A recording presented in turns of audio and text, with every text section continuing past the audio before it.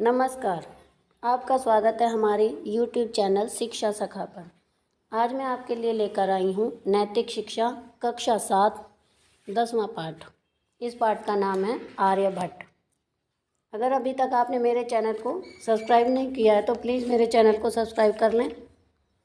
तो चलिए शुरू करते हैं। सबसे पहले हम पाठ का सार करेंगे। हमारे देश भारत ने जिस प्रकार 1 से 9 तक की संख्याओं की गिनती के लिए अंक प्रदान किए थे, उसी प्रकार दशमलव का आविष्कार भी किया था। दशमलव का आविष्कार आर्यभट्ट ने किया था। इनका जन्म पटना के निकट कुसुमपुर में 13 अप्रैल सन 476 में हुआ था। इन्होंने नालंदा विश्वविद्यालय से शिक्षा प्राप्त की थी। बाद में गुप्त वंश के शासक बुद्धगुप्त ने इनकी विद्वता से प्रभावित होकर इसी विश्वविद्यालय का प्रधान बना दिया था। अपने ज्ञान और खोज के आधार पर पूरे विश्व में पहली बार बताया था कि पृथ्वी गोल है।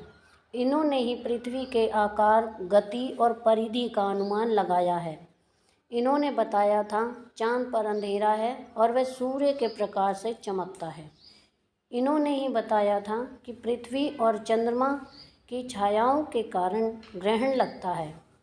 इन्होंने ही ग्रहों की गति के बारे में स्पष्टता दी थी। बीजगणित और ज्यामिति के क्षेत्र में इनका योगदान बहुत बड़ा है। प्रथम घात के अनिर्धारित समीकरणों को हल करना इन्होंने ही समझाया था। इन्होंने ही 1 पाई का मूल्य 3.1416 प्राप्त किया था। इन्होंने लिखा था कि परिधि के 6वें भाग की ज्यामिति उसकी त्रिज्या का बराबर होती है। इन्होंने ही सिद्ध किया पाई बराबर परिधि बटा व्यास बराबर 62,832/20,000। इन्होंने विश्व को ज्यामितीय सारणी प्रदान की थी। इन्होंने ही ग्रहण के समय की गणना का आधार प्रदान किया था। इन्होंने ही ज्योतिष गणित में रेखा गणित और अंक गणित को स्थान दिया था। इन्होंने अनेक मुश्किल प्रश्नों को 30 श्लोकों में प्रस्तुत किया था। इनमें त्रिभुज, वर्ग और हर प्रकार के क्षेत्र का क्षेत्रफल ज्ञात करना सिखाया था। शंकु का घनफल और गोले का घनफल, चतुर्भुज के कोनों के संपात से दूरी जानने के सरल नियम सिखाए थे। इन्होंने ही सूर्य सिद्धांत में बड़ी संख्याओं को छोटे रूप में लिखना सिखाया था। शून्य सिद्धांत और दशमलव प्रणाली का कुशलता से प्रयोग करना इन्हीं ही की देन है। अरब देशों में इनका खगोल विज्ञान 8वीं शताब्दी के मध्य और 9वीं शताब्दी में प्रसिद्ध हो चुका था। लीडेम में कैर्न के द्वारा सन 1874 में आर्यभट्टियम को छापा गया था। इसी से आर्यभट्ट के सिद्धांतों का ज्ञान विश्व भर को मिला था। इनके प्रति सम्मान प्रकट करते हुए ही भारत ने 19 अप्रैल सन 1975 में अपने प्रथम अंतरिक्ष उपग्रह को आर्यभट्ट नाम दिया था। अब हम अभ्यास के प्रश्नों के उत्तर करेंगे। प्रश्न संख्या 1, आर्यभट्ट का जन्म कब और कहाँ हुआ? उत्तर, आर्यभट्ट का जन्म पटना के निकट कुसुमपुर में 13 अप्रैल सन 476 ईस्वी में हुआ था।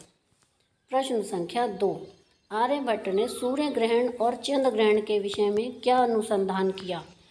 उत्तर, आर्यभट्ट ने सूर्य ग्रहण और चंद्र ग्रहण के विषय में अनुसंधान किया था कि ये पृथ्वी और चंद्रमा की छायाओं के कारण ही होते हैं।